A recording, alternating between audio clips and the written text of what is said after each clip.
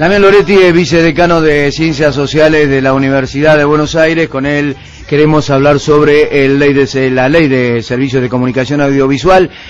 Damián, buenos días, lo saluda Ricardo Fonseca desde Córdoba. ¿Cómo le va? Buenos días, Ricardo. ¿Cómo anda usted? Bien, bien, gracias. ¿Usted? Bien. ¿Cómo está viendo el debate de la ley de medios? Histórico. Interesante. El otro día un compañero de la facultad me decía que desde 1953 el Congreso no discute una ley de radiodifusión.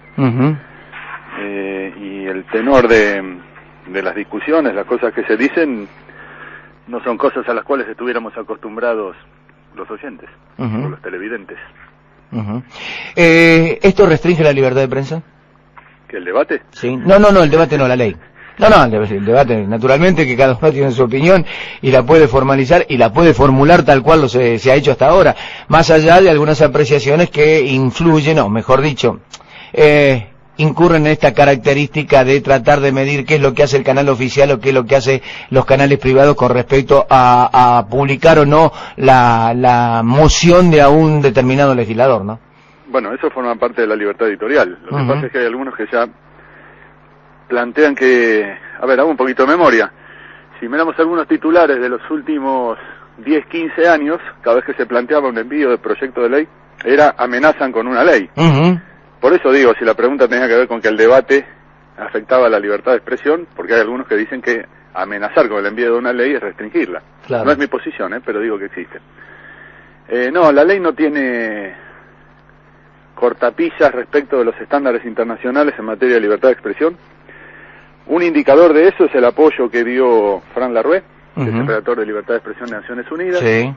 Y sin perjuicio de ello, no porque sea poco importante, al contrario, en el articulado de la ley no hay, como sí hay en otros proyectos, ninguna calificación a la calidad de los contenidos informativos o de opinión que puedan brindarse. ¿En orden a qué va esto? En el año 2000, la Comisión Interamericana de Derechos Humanos proclamó su Declaración de Principios sobre Libertad de Expresión, y allí se plantea que condicionamientos previos, tales como veracidad, objetividad o exactitud en la información, restringe la libertad de expresión. Eso tiene que ver con el alcance de lo que se llama el discurso protegido. En todo el texto de la ley no hay ninguna referencia a la calidad de la información que deba difundirse, no hay ningún postulado de tipo ética periodística, para decirlo en una frase, que imponga a los comunicadores o a quienes participan de los medios pautas de qué es lo que deben o no deben decir.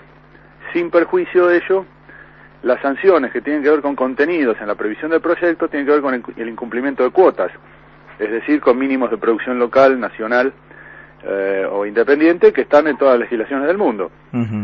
Por lo cual no hay nada, insisto, en ese plano, y si uno revisa los proyectos presentados, no solo de radiodifusión, de otras cosas también, donde sí hay cortapisas, hay información veraz, responsable o principios éticos, yo diría que en eso el estándar del proyecto cumple acabadamente las recomendaciones de los relatores de libertad de expresión respecto a que la razón de ser de la regulación de la radiodifusión es la promoción de la diversidad y el pluralismo.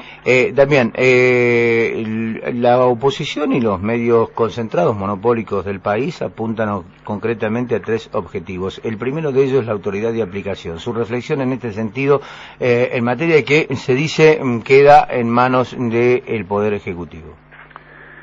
Primera cuestión, el único poder independiente que tiene la Argentina, de acuerdo a su Constitución, es el Poder Judicial.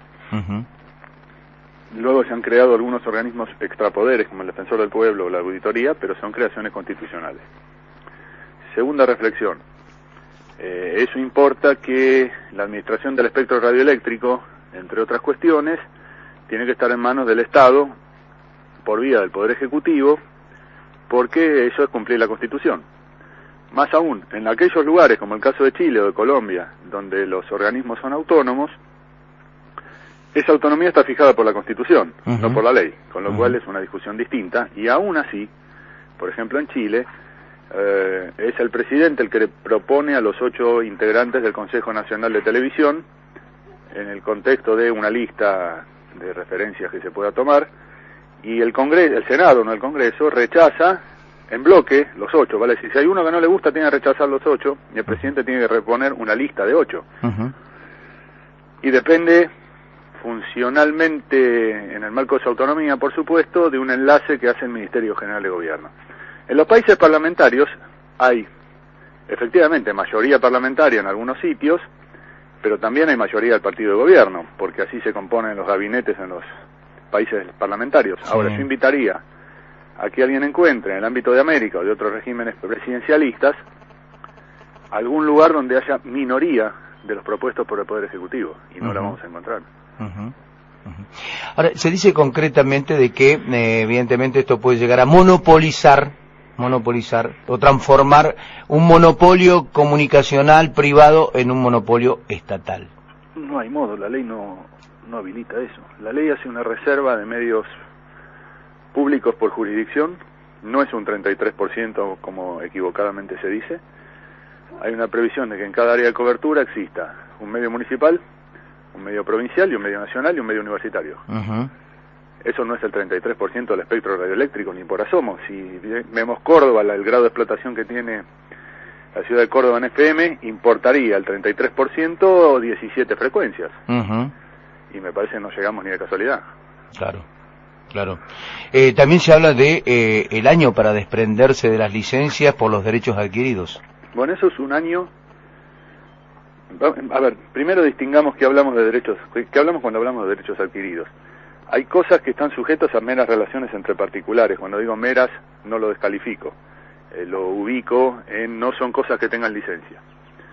Razón por la cual es muy discutible que haya derechos adquiridos frente a una regulación que no tiene previsión. En segundo lugar, es un año a partir de que la autoridad de aplicación fije los mecanismos de adecuación, lo cual importa que serán los interesados los que propongan los planes de adecuación que la autoridad de aplicación admita, tal como debería ocurrir hoy si no hubiera habido una reforma en la época del menemismo, por el cual la transferencia accionaria está sujeta a la aprobación de la autoridad de aplicación. El menemismo incluyó, por decreto de necesidad de urgencia, una rareza mundial, que es que durante 180 días hábiles, un medio de comunicación puede cambiar de dueño y la autoridad de aplicación no tiene ni siquiera la posibilidad de pedirle los papeles, porque dice que recién es falta grave, no causal de caducidad. Insisto, es la ley vigente en base a un decreto de la época de Menem. Sí, señor. Dice que es falta grave no presentar la denuncia de la transferencia dentro de 180 días hábiles de realizada.